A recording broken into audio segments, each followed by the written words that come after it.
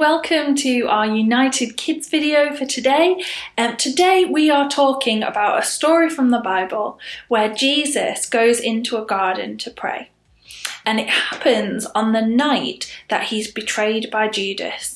And he's just had the Last Supper with his friends, and now he knows what's coming next, and he knows it's not going to be nice.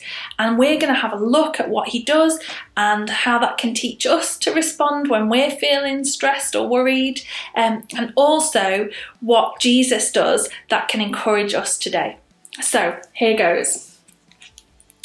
On the way to the garden, Jesus stopped. He wanted to pray with his disciples one last time.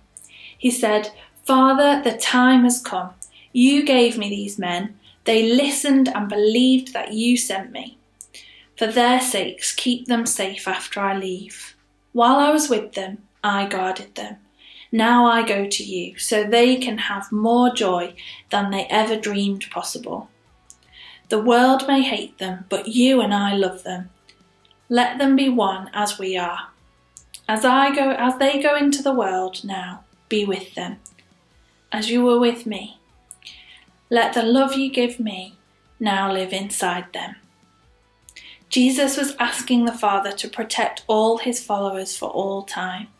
He was praying for people like you and me. When he had finished, he led them into the garden. There he took Peter, James, and John. They went off alone together. Jesus was very upset. He said, "My soul is torn up inside me to the point of death. Stay here and keep watch." He was going to talk with his Father. Then he said, "Pray that you won't be weak tonight." Jesus went off by himself to pray. A short distance away from the disciples, he fell onto the ground. "Oh, Father," he cried out, "if it's possible, don't let me go through this pain. My Father, isn't there any other way? Must I go through this?" Jesus knew God wasn't making him do anything. Jesus had chosen to obey. That way, God could work miracles. He could offer all people for all time a chance to start again and be clean with God. Jesus looked up at the stars. He said, "Father, I'm willing to do what you want."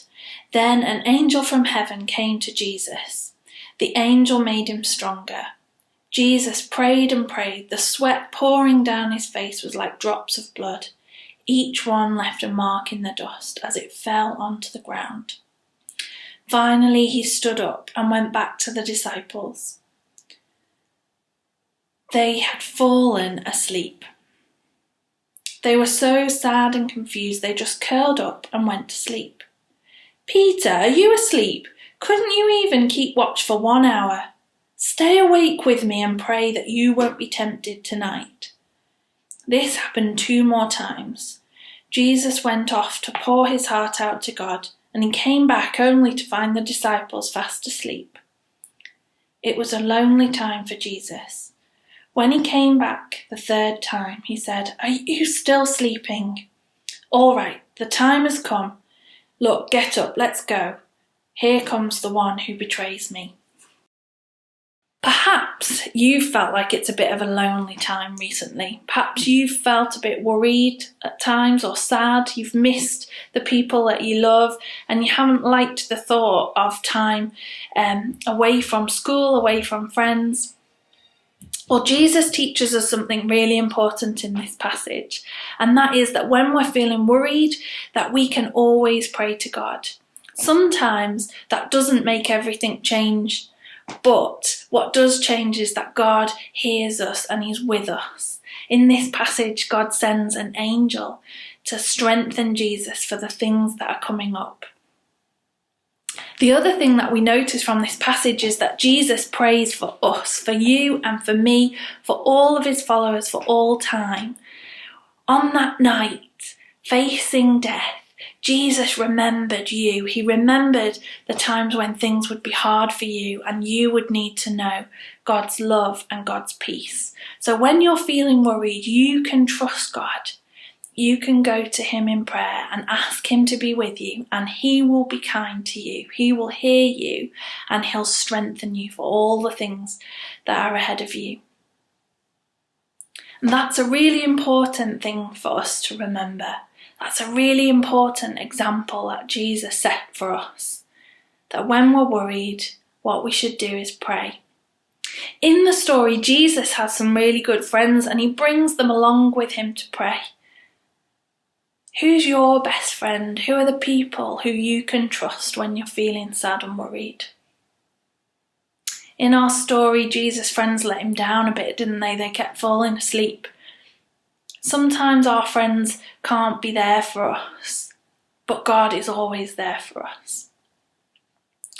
If you don't have somebody special who you can share your experiences with, perhaps you can pray to God and ask him to bring somebody into your life who can be your special friend, who God puts there to share your ups and downs, just like Jesus had those special friends. And they can be the people who share our God journeys with us. So perhaps if you find yourself feeling worried or scared, you'll remember this story and remember that invitation from God to pray to him when we're feeling like that and know that he's with us. Okay, so we've heard that story about Jesus praying in the garden, and I thought it would be great fun for us to get a bit crafty today. So what you're going to need is some kind of jar or pot, a piece of A4 white paper, and some pens or pencils, and you'll need some sellotape, which I've forgotten. So what we're going to do is we're going to take our piece of paper and we're going to fold it in half lengthways. Fold that all up nicely, and then taking your pens, you can draw whatever you want. I've decided to do mine as a garden design because we're talking about gardens today, and so I've used the green pen to make some big lines up from the bottom of my piece of paper, and then I've used all my favourite colours to make little dots around the top of the green lines to make some flowers. You could do some more grass along the bottom, you might want to do some trees, whatever you want. So when you've done all of your nice design, we're going to take the jar and we're going to carefully wrap our piece of paper around our jar and secure it with some sellotape. And then you can take the names of some people who you love and you miss and you want to pray for and put them on pieces of paper, put them into your jar. You might want to write down the things that you want to pray for yourself and put them all in your jar, and then each day you can pick something out of your jar and pray to God for that person or that thing and know that he's with you just like he was with Jesus in the garden. Now, the other thing that you can get doing today is I love getting out and about outside. I'm sure you do too, and the weather's beautiful. So why don't you get out and find something in your garden or in the park that's tiny and small and only just growing, or a little detail in a flower or a leaf, and use that opportunity to think for a moment about how much God cares about those little details and how much that shows us that he cares about us. And then when you get a chance, have a look at something really, really big, like a cloud or like the starry sky, something that reminds you of how big and how vast God is and how much he's in control of really big situations as well.